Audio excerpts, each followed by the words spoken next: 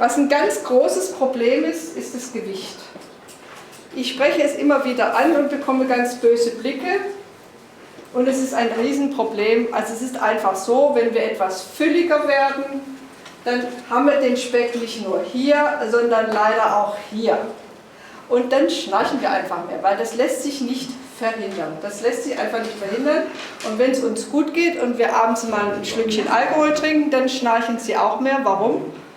Gucken Sie, dann schnarchen Sie auch mehr. Ne? Also wenn Sie das Gläsle Wein, also das Viertel am Abend, ja, dann merke ich es weniger, wenn ich schnarche. genau, aber der Nachbar. Ne?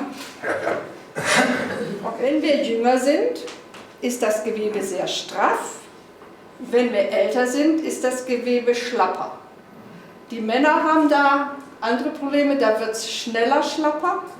Die Frauen haben den Östrogenschutz, wenn der wegfällt, wird es auch schlapp. Also schnarchen wir dann auch. So, und dann gibt es den Boxer in die Seite und dann passiert Folgendes, dann dreht sich der andere um, wacht kurz auf und schläft dann auf der Seite weiter und dann schnarcht er weniger. Warum tut er das? Wir haben uns vorher, da müssen wir uns nochmal mit der Anatomie beschäftigen. Also wenn Sie die Seitlage einnehmen, haben Sie schon die 3/4 der Miete eigentlich eingefahren. Das liegt einfach daran, dass Sie damit die anatomischen Verhältnisse im Kopf verändern.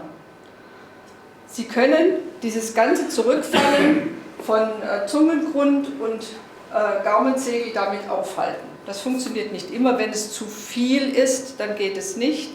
Und wenn man zu füllig ist, dann geht es auch nicht. Und wenn man zu viel Alkohol getrunken hat, funktioniert es auch nicht, weil dann alles relaxiert. Aber grundsätzlich, Seitlage ist besser und es funktioniert nicht mit Wasserbett. Das muss man einfach mal wissen.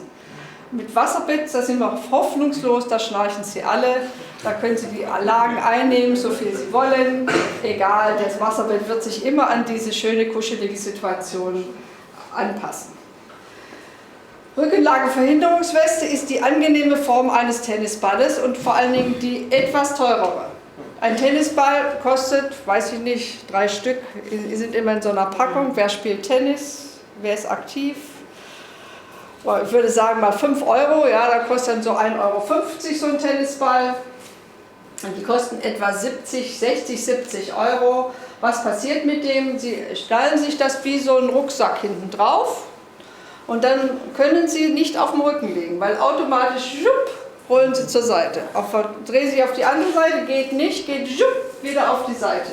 Funktioniert also nicht. Also das ist zum Beispiel jetzt eine sogenannte Rückenlagenverhinderungsweste, weil Sie die Seitlage einnehmen sollen.